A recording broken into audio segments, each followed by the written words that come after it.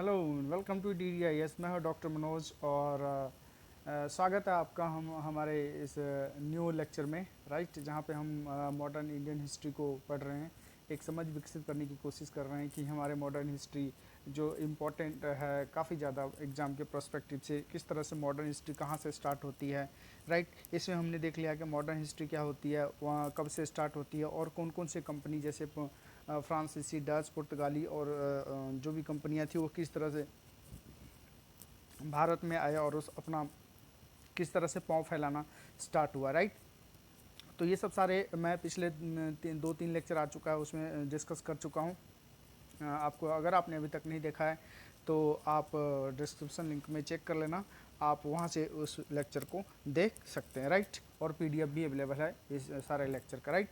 तो आज हम देखेंगे जब भारत में ब्रिटिश आना शुरू होता है, भारत में जब भी बहुत सारी कंपनियां आनी शुरू होती हैं, बहुत सारी कंपनियां, बहुत सारी चीज़ें होने स्टार्ट हो जाते हैं, तो उस समय जो भारत में जो ब्रिटिश विजय के समय भारत की स्थिति क्या होती है, राइट। 18 सेंचुरी का जो भारत होता है वो किस तरह का होता है, क्या क्या इम्पैक्ट होते हैं भारत में, किस तरह की राजनीति होती है, राइट। एंड भारत में कौन कौन से शासक होते हैं जिससे अंग्रेजों का सामना होता है, राइट।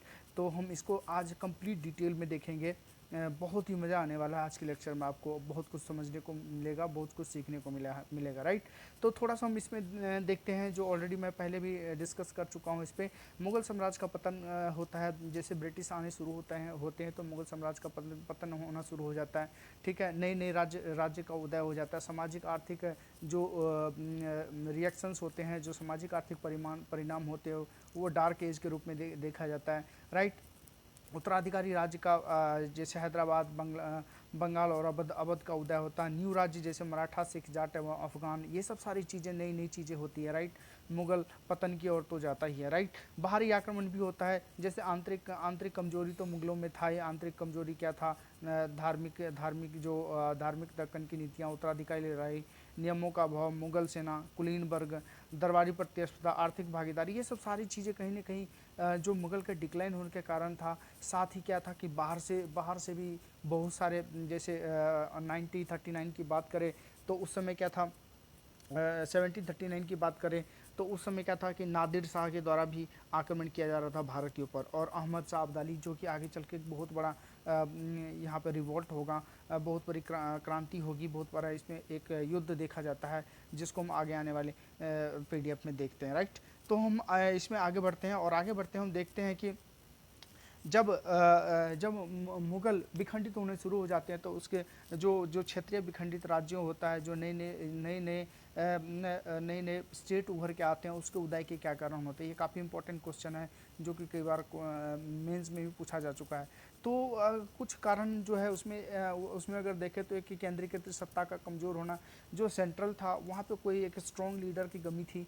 अगर स्ट्रॉन्ग लीडर नहीं है तो आपके आपके कंट्री में, आपके देश में अच्छा से लॉ लॉ जो है उसका मेकिंग नहीं होगा, अच्छा से जो है लॉ नहीं बनेगा और उसका इम्प्लीमेंटेशन नहीं होगा। जैसे अभी हम भारत की बात करें तो हाल ही में जिस तरह से डिस्प्यूट चल रहा है हमारे चाइना बॉर्डर पे, चाइना इंडिया चाइना बॉर्डर पे, तो वहाँ पे क्या है कि जो भारत के माननीय प्रधानमंत्री जी हैं, उनके द्वारा काफ़ी क्या है स्ट्रॉन्ग डिसीजन लिया जा रहा है। तो मीन्स क्या है कि एक जो सेंट्रल है, सेंट्रल पावर बहुत स्ट्रॉन्ग है। अगर सेंट्रल पावर स्ट्रॉन्ग होगा तो आप अच्छे से किसी भी चीज़ को मैनेज कर सकते हैं, राइट। दूसरा कारण क्या था, भारत का बड़ा आकार एवं केंद्र की दूरी। जैसे अभी देख रहे हो काफ़ी सारे जो कल्चरल डाइवर्सिटी है, जो जोग्राफिकल रीजन है भारत का, कहीं ना कहीं ये भी एक जो विखंडित राज्य था उनका भी उदय का कारण था। राष्ट्रवाद की भावना का अभाव था, किसी को अपने देश की प्रेम की भावना की नहीं थी, ठीक है। राष्ट्र भावना का अभाव था, तो कहीं ना कहीं ये सब चीज़ें अगर होगी तो जो इंटरनल कॉन्फ्लिक्ट के साथ साथ कहीं ना कहीं बहुत सारी बातें होने स्टार्ट हो जाते हैं, ठीक है, राइट। आगे देखते हैं आधुनिक आधुनिक प्रकार के परिसंघीय सोच की कमी। जैसे अगर हम बात करें जो मुगल थे, मुगल में अगर हम बात करें अकबर ने जिन्होंने एक अच्छा भूमिका अदा किया, वो सभी को साथ लेके चलते थे, उसकी पॉलिसी बहुत स्ट्रॉन्ग थी। लेकिन अकबर के बाद कह सकते हैं कि कोई भी आधुनिक प्रकार की प्रसंगीय सोच वाले मतलब दूरदृष्टि वाले आदमी की कमी थी, राजा की कमी थी, जिसके चलते कहीं ना कहीं क्षेत्रीय विखंडित राज्यों का उदय हुआ, राइट। तो ये कुछ पॉइंट मैंने डिस्कस किया, इसको आप एलाबोरेट कर सकते हो, राइट। नेक्स्ट हम आगे चलते हैं, आगे देखते हैं 18वीं सदी के समय जब जब जो राजनीतिक परिदृश्य था वो किस तरह का था। 1707 में क्या होता है, औरंगजेब की मृत्यु हो जाती है। 50 वर्ष के भीतर जो महान मुगल शासक होता है उसका डिक्लाइन होना स्टार्ट हो जाता है, कमज़ोर हो जाता है, विखंडित हो जाता है। उसके बाद औरंगजेब के बाद जो आने वाले शासक होते हैं बहुत छोटे छोटे राज्यों का उदय होता है, जैसे अवध, बंगाल, हैदराबाद, मैसूर, मराठा, सिंध, पंजाब आदि का हम बात कर चुके हैं। ये सभी राज्य क्या था, एक दूसरे के शत्रुता रखते थे, इंटरनल कॉन्फ्लिक्ट काफ़ी था, एक दूसरे के साथ संघर्ष करते थे, एक दूसरे से जलते थे कि हम आगे बढ़ें, मतलब कोलैबोरेशन नहीं था, किसी के पास एकजुटता नहीं थी, जिसके चलते क्या था कि उथल पुथल मची हुई थी जो राजनीतिक था इंडिया का उसके ऊपर। ठीक है। और उसी बीच क्या होता है, जो अहमद शाह अब्दाली बाहर से आकर और आक्रमण शुरू कर देते हैं, तो कहीं ना कहीं ये चीज़ पूरी राजनीति को ही क्या करता है, भंग कर देता है, और जो एक अंग्रेज के लिए एक नया मौका लेके आता है, इस तरह की चीज़ें होती है, तो कहीं ना कहीं जो थर्ड पार्टी होता है उसको कहीं ना कहीं लाभ होता ही है, राइट। देन हम देखते हैं उत्तराधिकारी राज्य की अगर हम बात करें, इसमें कौन कौन से थे, अवध थे, बंगाल थे, हैदराबाद थे। अवध की बात करें तो अवध जो है 1722 में शहादत खां बुरहान उल मुल्क जहाँ का शासक था। प्रारंभिक राजनीति फैजाबाद था, आगे सफदरजंग सुजाउर तथा आसिफ उदौला राजधानी फैजाबाद से लखनऊ हस्तांतरित किया, और आगे बहुत सारे शासक हुए अवध में आप ये ध्यान रखना 1722 में शहादत खां बुरहान उल मुल्क शासक बनता है, राइट। ये चीज़ें कहीं ना कहीं आगे जाके और भी कॉन्फ्लिक्ट पैदा करता है। बंगाल की हम बात करें तो बंगाल का जो महत्वपूर्ण सूबा था, प्रांत था, वहाँ उत्तर मुगल काल में केंद्रीय सत्ता के कमज़ोर होने पर बंगाल के सूबेदार ने स्वतंत्र व्यवहार करना प्रारंभ कर दिया। क्या होता है, जब केंद्रीय सत्ता का कमज़ोर होता है तो जो वहाँ के सूबेदार होते हैं वो काफ़ी उसमें कॉन्फ्लिक्ट होना शुरू हो जाता है। कॉन्फ्लिक्ट होने के चलते क्या होता है, इंटरनल प्रॉब्लम्स आने शुरू हो जाते हैं, साथ में बहुत सारी परेशानियाँ उत्पन्न होती है, जिसके बाद जब वहाँ के जो छोटे छोटे सूबेदार होते हैं वो कहीं ना कहीं स्वतंत्र सत्ता स्थापित करना चाहते हैं, और उसी में अपने भाई भतीजावाद में ही सारे एक दूसरे को मारते पीटते हैं। इसमें हम बात करें तो मुर्शीद कुली खां होता है, जो कि 1711 से लेकर 1727 तक, जो कि 1717 से लेकर 1727 तक 10 साल तक होता है। सुजाउद्दीन जो होता है 1727 से 1739 तक आते हैं। सरफराज खां जो होता है 1739 से 41 साल तक ये होता है। अलवर्दी खां जो कि 16 साल के लिए 1740 से 56 तक यहाँ का राजा बन के रहता है। जो सिराजुद्दौला होता है वो 1756 से 57 तक 1 साल के लिए यहाँ पे अपना वर्चस्व स्थापित करने का प्रयास करता है। अगर हम इसमें बात करें तो इसमें जो मुर्शीद कुली खां, सुजाउद्दीन, सरफराज खां, अलवर्दी खां थे, ये कहीं ना कहीं एक मजबूत नवाब था, मजबूत शासक था। लेकिन जब सिराजुद्दौला आया तो वो एक काफ़ी कमज़ोर शासक बन के निकला, जो कहीं ना कहीं अंग्रेज़ों के लिए लाभदायक सिद्ध हुआ। पब्लिक जो लोक नीति था मुगलों का, इसमें बंगाल में क्या था कि अगर हम देखें तो बंगाल में लोक नीति धार्मिक आधार पर भेदभाव नहीं किया जाता था, इसमें अगर हम बात करें तो। और आगे जाके जो 1757 ईस्वी में प्लासी का युद्ध होता है जिसमें अंग्रेज़ की जीत होती है, और उसके बाद तो आप कह सकते हो कि 1757 के प्लासी के युद्ध के बाद अंग्रेज़ काफ़ी स्ट्रॉन्ग हो जाते हैं भारत में, जो कहीं ना कहीं भारत के लिए एक बहुत बड़ी चिंता का आगे सबब बनता है, राइट। देन हम देखते हैं निज़ाम स्टेट और हैदराबाद की बात करें तो निज़ाम स्टेट या हैदराबाद में इसमें यहाँ पे क्या था, इसकी स्थापना निज़ाम उल मुल्क द्वारा आसफ जहाँ और चिल खिलजी खां ने किया था। ये तीनों एक ही नाम है, आप याद रख सकते हो। यह मुग़ल दरबार में वजीर होता था। अगर इसकी बात करें तो यह मुग़ल दरबार में वजीर होता था, और वहाँ संयंत्र से परेशान होकर दक्षिण चला गया तथा नए राज्य की स्थापना कर ली, राइट। तो ये चीज़ें कहीं ना कहीं चीज़ें उत्पन्न होती हैं, इंटरनल कॉन्फ्लिक्ट होने के चलते ये सब सारी प्रॉब्लम आने शुरू हो गए थे। आगे हम देखते हैं स्वतंत्र राज्य जो उदय होता है, मैसूर, केरल और राजपूत। इसमें क्या होता है, मैसूर जो होता है पूर्व में यहाँ वायर वंश का शासन होता था, वाटियार वंश का शासन था। नगर के पतन के बाद एक सामंती राज्य था।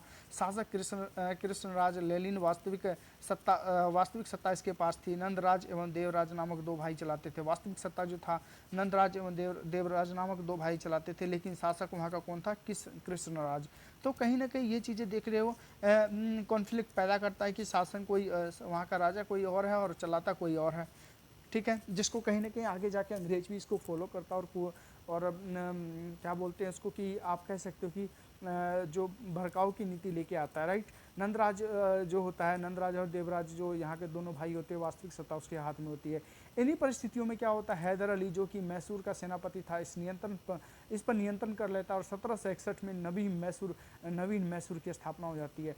तो नवीन मैसूर की स्थापना किसके द्वारा किया जाता है, जो हैदर अली था उसके द्वारा। केरल राज्य की बात करें तो इसमें कोचीन, त्रावणकोर, कालीकट था, ये 3 शहर मिलकर जिसको वर्तमान केरला का भी कहा भी जाता है। ये छोटे छोटे राज्यों में टूटे थे, जैसे कालीकट, चिरकुल, कोचीन और त्रावणकोर। तो ये सब सारी चीज़ें कहीं ना कहीं क्या था कि एक अलग अलग राज्य बन के निकलता है। त्रावणकोर जो था सबसे महत्वपूर्ण स्थान था, जहाँ पे मार्तंड वर्मा महत्वपूर्ण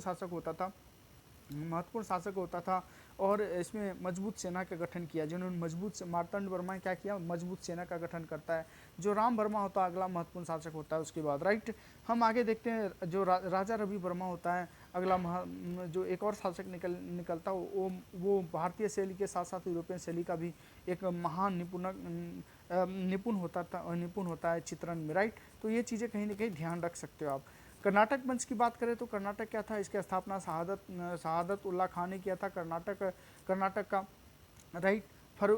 फरुखाबाद राज्य की बात करें तो वर्तमान में अलीगढ़ से कानपुर के बीच था, जो वर्तमान समय है अलीगढ़ से कानपुर के बीच उपस्थित है। इसकी स्थापना की बात करें तो मोहम्मद खां बंगस नामक एक अफगान ने की थी, राइट।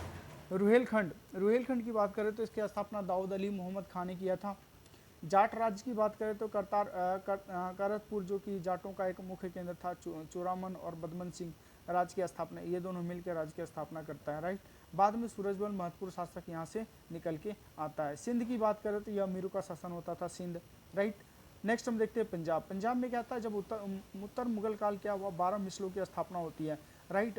12 मिसलों सामंतों का उदय होता है। इसी एक मिसल में सकूर चाया था, जिससे रंजीत सिंह संबंधित है। सकूर चाया किससे संबंधित था, रंजीत सिंह से। उन्होंने अपने मिसालों के बनाकर पंजाब में महत्वपूर्ण राज्य की स्थापना का सूत्रपात करता, राइट। आगे हम देखते हैं राजपूताना राज्य की बात करें तो राजपूताना राज्य अनेक छोटे छोटे राज्यों का उदय था, जिसमें मारवाड़, मेवाड़, जोधपुर, किशनगढ़, आमेर आदि मुख्य थे। ये सभी राज्यों में क्या था, ये सभी राज्यों में जो आमेर था राजधानी था, जयपुर का एक प्रमुख राजा था वहाँ पे जय सिंह, जो कि थर्ड महत्वपूर्ण शासक हुए। यूक्लिड के ज्यामितीय सिद्धांत पर जो जय सिंह था थर्ड महत्वपूर्ण शासक था, यूक्लिड के ज्यामितीय सिद्धांत के आधार पर काम किया, राइट। इन्होंने खगोलीय गणनाएं कराई। जीज मोहम्मद शाही के नाम से इन्होंने खगोल राज्य का महत्वपूर्ण पुस्तक भी लिखा, बहुत सारी पुस्तक भी लिखे इन्होंने। और दिल्ली, जयपुर, बनारस, मथुरा एवं उज्जैन में खगोलीय प्रक्षणशालाएं, जिसको जंतर मंतर के नाम से जाना जाता है, ये भी इन्होंने स्थापित किया, राइट। जो अभी देख रहे हो आप, दिल्ली में जंतर मंतर है और जयपुर में जो जंतर मंतर है, ये 5 जगह जो जयपुर हाल ही में क्वेश्चन में पूछा भी गया था कि जो 5 जंतर मंतर वो कहाँ पे, दिल्ली, जयपुर, बनारस, मथुरा एवं उज्जैन में। यहाँ पे खगोलीय परीक्षण भी स्थापित किया गया, जिसको जंतर मंतर भी कहा जाता है, जो कि हाल ही में जयपुर को यूनेस्को के विश्व धरोहर में शामिल किया गया, राइट। आगे हम देखते हैं मराठा राज्य क्या होता है। मराठा क्या होता है, अगर हम थोड़ा इसकी देखें तो सबसे पहले यहाँ पे शिवाजी होता है। शिवाजी का जो बेटा होता है संभाजी होता है। जीजाबाई इसका माता होती है। शिवाजी की बात करें तो शिवाजी की माता का नाम जीजाबाई होता है, इसका बेटा संभाजी होता है। और जो मराठा होता है काफ़ी लड़ाकू होता है। 1627 से 80 तक ये जो है 1674 ईस्वी में 1674 ईस्वी में स्टेट की स्थापना करता है, राइट। देन आगे हम देखें, अगर देखें तो जो अहमदनगर होता है, विलय शाहजहाँ के समय हो जाता है इस अहमदनगर का। और जो मराठा होता है उसको वृष्टि छाया प्रदेश भी कहा जाता है। वृष्टि प्रदेश कहीं ना कहीं क्या होता है कि जो पहाड़ी इलाका होता है वो कहीं ना कहीं इसको प्रोटेक्ट करता है। 1687 में बीजापुर और 1687 में ही गोलकुंडा को औरंगजेब द्वारा हथिया लिया जाता है, राइट। इसको अपने ओर कर लिया जाता है, राइट। अब हम देखते हैं कि थोड़ा सा औरंगजेब काल का समय जो होता है, औरंगजेब काल मराठा के समय जब औरंगजेब काल होता है और उत्तर मुगल काल क्या होता है, इस चीज़ में हम समझने की कोशिश करते हैं। जब जो मराठा होता है, औरंगजेब का काल 1658 से लेकर 1707 तक होता है। औरंगजेब का काल कब तक होता है, 1658 से 1707 तक, जिसमें शिवाजी 1627 से 80 तक कहीं शिवाजी राज्य की स्थापना 1674 ईस्वी में करता है। संभाजी जी होता है शिवाजी के पुत्र, 1680 से 84 तक जो साहू होता है इसका बेटा होता है केंद्र में, राइट। राजाराम होता है 1679 से लेकर 1700 तक, और ताड़ाबाई जो कि 1700 से लेकर 1707 तक होता है। इसको शॉर्ट फॉर्म में अगर हम देखें तो SSRT के रूप में कह सकते हैं कि जो औरंगजेब का काल था उस समय जो शिवाजी था इस तरह से था।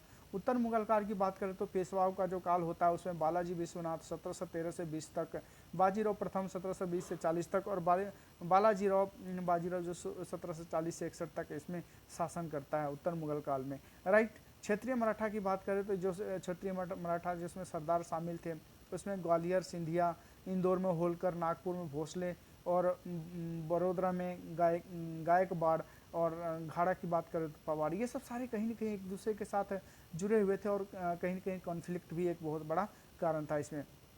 देन हम आगे देखें मराठा की बात करें तो जो सेना जो इसमें जो सेना बनाया जाता था उसमें घुड़सवारियों को रखा जाता। राजस्व व्यवस्था काफ़ी अच्छी थी यहाँ पे, कह सकते हैं राजस्व व्यवस्था जो यहाँ पे था चौथ और सरदेशमुखी दो तरह की राज व्यवस्था थी, राइट। केंद्र में बात करें तो छत्रपति और उष्ट प्रधान 8 मंत्री होते थे, प्रांत, जिला, परगान, गांव, इस तरह से इन्होंने एक हायरार्की बना रखा था यहाँ पे, राइट। पड़ोस में जो चौथ होता था पड़ोस से वसूला जाने वाला कर था, और 1/4% मतलब 25% जो था ये उसके नाम पे लिया जाता। सरदेशमुखी की बात करें तो 1/10 था, जिसका हिस्सा छत्रपति द्वारा सरदारों को अपनी आय के लिए लेना होता था, राइट।